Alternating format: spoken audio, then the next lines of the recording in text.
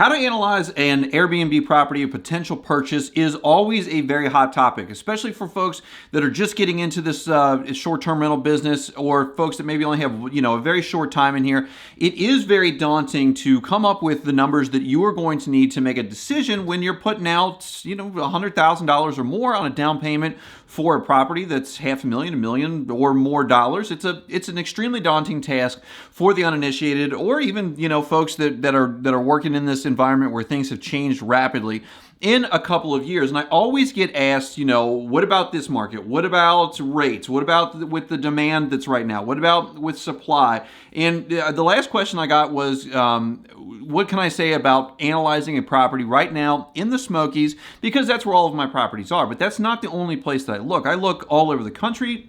In vacation rental markets only. I'm not looking to put an Airbnb in some sort of neighborhood. I'm really not in favor of that at all from both a investor side and the neighborhood side. You get a lot of pushback from those type of folks. So when we're looking in real vacation markets, these are your Gatlinburgs, your Destins, Broken Bow, Crystal Beach, Texas, places where they are, predominantly vacation rental markets. This is my quick and dirty way to analyze properties up to about 4 bedrooms. So that's going to be your studios up to about 4 bedrooms, and I would imagine this would probably work up into even 5 or 6 bedrooms of regular type of Airbnb housing.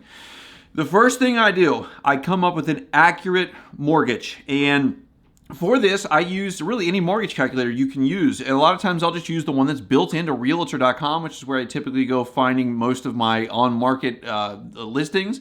And a lot of folks don't like that because the numbers are frequently wrong. And the reason for that is because that calculator uses averages for your taxes and your insurance, for the average mortgage rates. And a lot of times those mortgage rates are based on a personal buyer buying this as a home at an excellent credit rating. If you want to get accurate information out, you have to put accurate information in. And so when you're putting in your principal and interest, you need to make sure that you're putting in an interest rate that makes sense for you as an investor. If you are buying this, even as a second home loan at 10% down, there's still going to be a higher rate than a primary residence, even with 3.5% down. The rates are generally going to be higher. If you're financing this using investment level financing, a 15% down loan, a 20% down loan, those rates are probably going to be higher by somewhere around, I just always average 1% than the typically advertised rate for a home buyer with an equal credit score. So, if your credit's not great or your credit's great, just say 1% higher than that. So once you have an honest interest rate down and you have the price that you're going to pay, and a lot of times this is dependent on market conditions, and the mortgage, the principal and interest is going to be dependent on how much you put down. So I really can't get into that if you're only going to put down 10% or 20% or 25%, whatever. Then you have to look at your tax rate, and this is going to change dramatically. The taxes in Texas, where I was looking at a house, are tremendously higher than the taxes in Tennessee, where I have my 3 cabins. And for this, we're just talking about only property tax, not sales tax, not income tax, or anything like that. You need to go in and look at what your taxes are going to be after you close and the property gets reevaluated. Because if you're buying a house that the taxes are based on when it was last sold for $150 and now it's $600, your taxes are going to be much higher. You need to go to the tax assessor for wherever you are, get their rates, calculate that based on the new purchase price or however they formulate their tax assessment. Tennessee's is kind of weird because they do like how much you bought it for, how much it's assessed on, and then like 40% of that, and then that's your actual assessment. Our taxes in Tennessee are stupidly low, and that's why I like investing there, one of the many reasons. Next, you need to use a reasonable insurance rate, and you can get these either directly from insurance agents, or you can go into owners groups that own in the area, and you can get a reasonable rate on what your insurance will be. Again, Tennessee, super cheap for insurance, like $1,800 a year for a $600,000 property that's 1,500 square feet. If you're on the beach where hurricanes are going to smash into you, almost guaranteed, those rates are absolutely going to be higher. And so once you put in real data into that mortgage calculator, you can find out what your mortgage is going to be. And that's the first of three different things that you really need to calculate. The second is going to be your cleaning costs. And I have several years of data on this. And in general, my cleaning costs, no matter how many bedrooms I have, no matter what my occupancy is, well, it would matter what my occupancy is, but my occupancy is always high. I have always run about $1,000 a month of cleaning expenses. And you might say, well, cleaning expenses are paid for by the guest. They pass through, and so they shouldn't be included in your gross income. But when you're looking at what the gross income of a property is and what the IRS considers gross income, it's everything that comes in, and then that cleaning expense is an expense on the way out. It would be the same as saying that the amount that you pay in your mortgage shouldn't go to the gross income, because that money is being paid for by the guest, passes through, and goes to the bank. Everything that comes in is gross income. Everything that goes out is an expense. And so, in this case, that $12,000 a year, $1,000 a month is going to come out of that gross income for your cleaning fees. And you need to make sure that when you're looking at what the income side of this is, whether those folks have included or not included that, because that's a big number to be throwing around.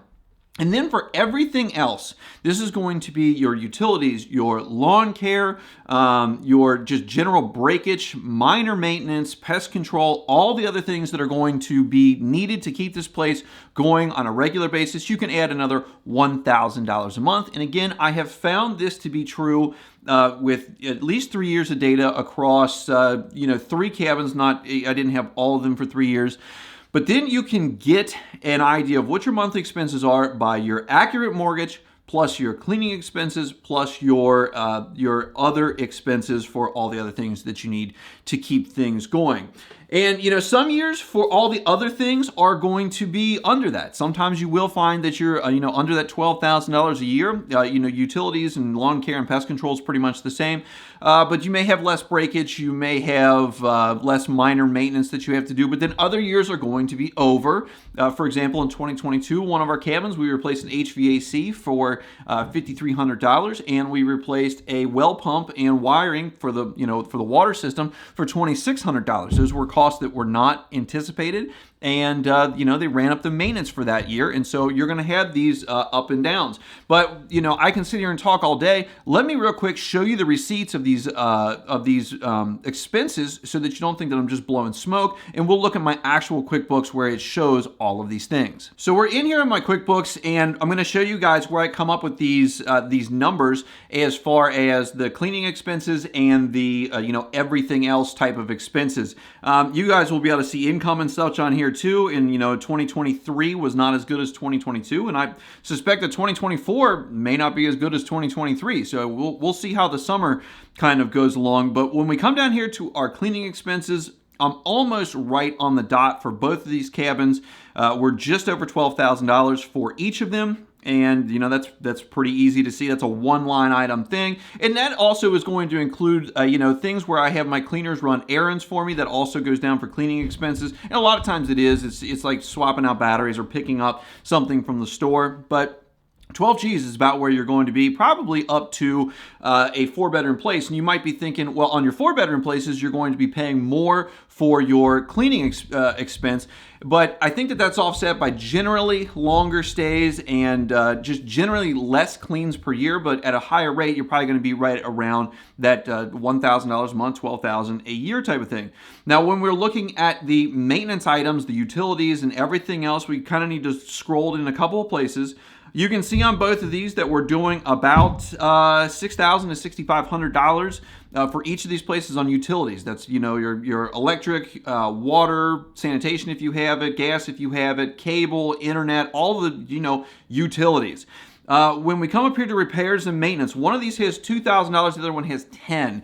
We ended up having to do a flooring repair because we had a water pipe burst. That was about $8,100, and so that was covered by insurance. So I want to say that was a bit of an outlier, and I wouldn't exactly include it in your everyday calculations, but if you just took a look at that, minus $8,100, we're at about $2,000 a piece on that. When we come up here to pest control, that is in this case $1,100 and $1,900.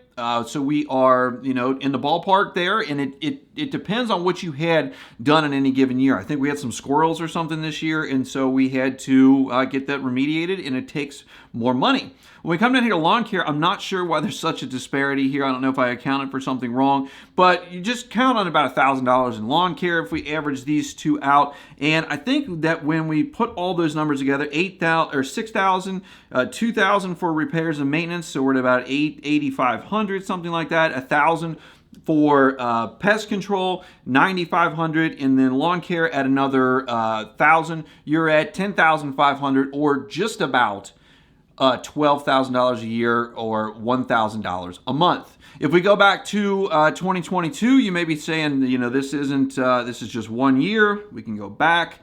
Let me refresh this if I can see it here. So if we go back to 2022, we have a couple more columns here that you may be seeing. One was from an apartment building that we sold.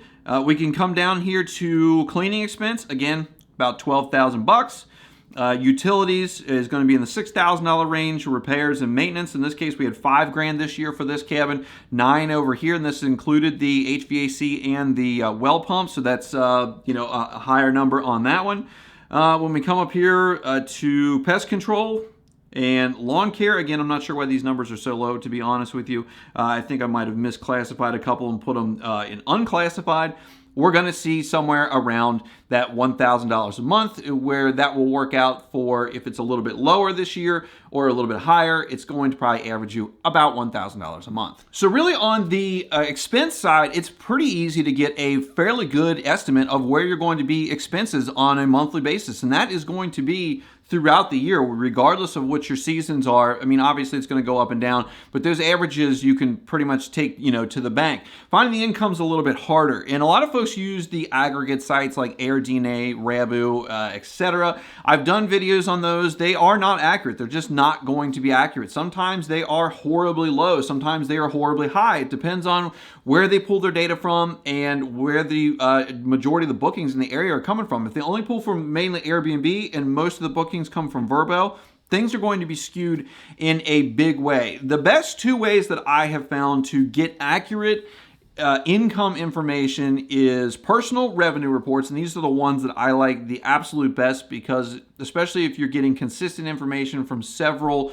well-respected owners, let's say, you can probably get a pretty good idea of what you're going to be doing, and you can actually probably get opinions from them on what things would be. The second would be to look at comps, and you really need to know the market, know the seasonality of it, so that you can get accurate information. Because if you make a lot of money in like 2 months, like June and July, you just kill it, but then the rest of the year it's dead, you probably not going to be a good investment. If there's a lot of these beach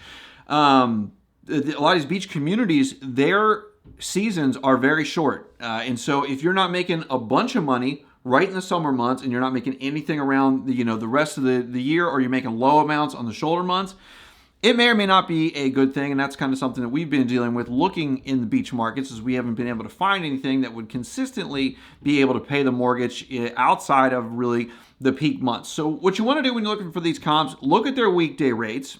Go through calendars of several different comparable houses of, bedroom, size, amenities, closeness to things that people want. Like if you're looking at a beach thing, how many rows back are they, within a couple of rows there.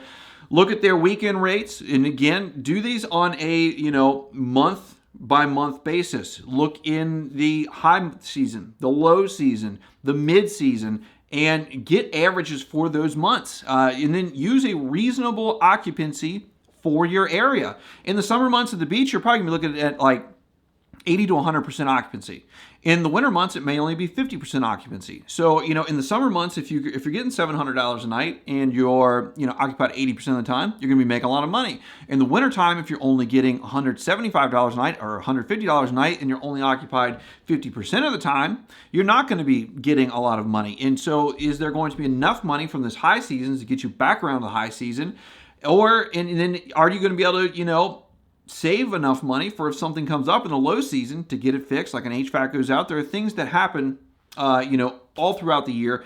And so you need to know, and you need to become an expert on your market, of the occupancy trends, of the rate trends, to see if this makes any sense. And so with all that information, you should be able to come up with some sort of a number. And you can even, start combining things from your comps, from your aggregate reports, from your personal revenue reports to get kind of a really locked in idea about, if this thing is going to work. And will it work for you? That's one of the things that you have to decide if it is meeting your investment goals. My investment goal is that if I am going to put out the effort to buy this, put the money out there, because the money is not lost, it's just transferred into equity, but it's not available for you to spend anymore. It's not available if an emergency comes up in your life or if you just want to go on vacation or something. That money has gone from, liquid to illiquid in that property. And so you do need to have some sort of investment criteria. For me, it is that I need to double the S&P 500 return on the front end. And the historical return for that for dividends and growth is 10%. So my cash on cash return has to be 20% or more for me to consider that in general. Now, if I think that there's going to be, growth in that area, if I think that I'm getting in early, I may take a little bit less than that, take 15%, because I do know that on the back end of things, I'm getting, massive increases in equity, which is really where you end up making your wealth in the long run. You make your money on the cash flow, you make your wealth on the equity. And then you get massive tax breaks with these things. And so, guys, that is my quick and dirty, although this video is probably 15, 20 minutes, pretty long for a YouTube video. You can start using this, and once you get you become an expert in your market, and you know what the types of houses are getting, or condos, whatever. So you'll know what a 2-bedroom gets. For me, a 2-bedroom is going to do somewhere between 60 and 90 in the Smokies. I know that for a fact. And for the most part, I'm able to get somewhere between 70 and 90 for a nice 2-bedroom place. And so when I can take that information and I can quickly do an accurate mortgage, put my extra $2,000 of cleaning expenses and just average utilities and maintenance items and things like that, I can come up with a number very fast and decide, is this going to be a property that works for me, or is it not? Lately, the answer has been it mostly has not. We are in a position to buy. We have the money, we have the credit, and it's just things aren't working out. But we're always looking, because there's always a chance that that property, that under-marketed property, that property that needs work is going to come on the market and get something, because there's always opportunity out there. You just got to be the one looking for it and to find it. So I hope this helped you out today, guys. If it did, like button, subscribe down below, hit the playlist and the videos that are on the screen tell you all about the way I do Airbnb and such. I appreciate you watching today. I'll see you in the next one.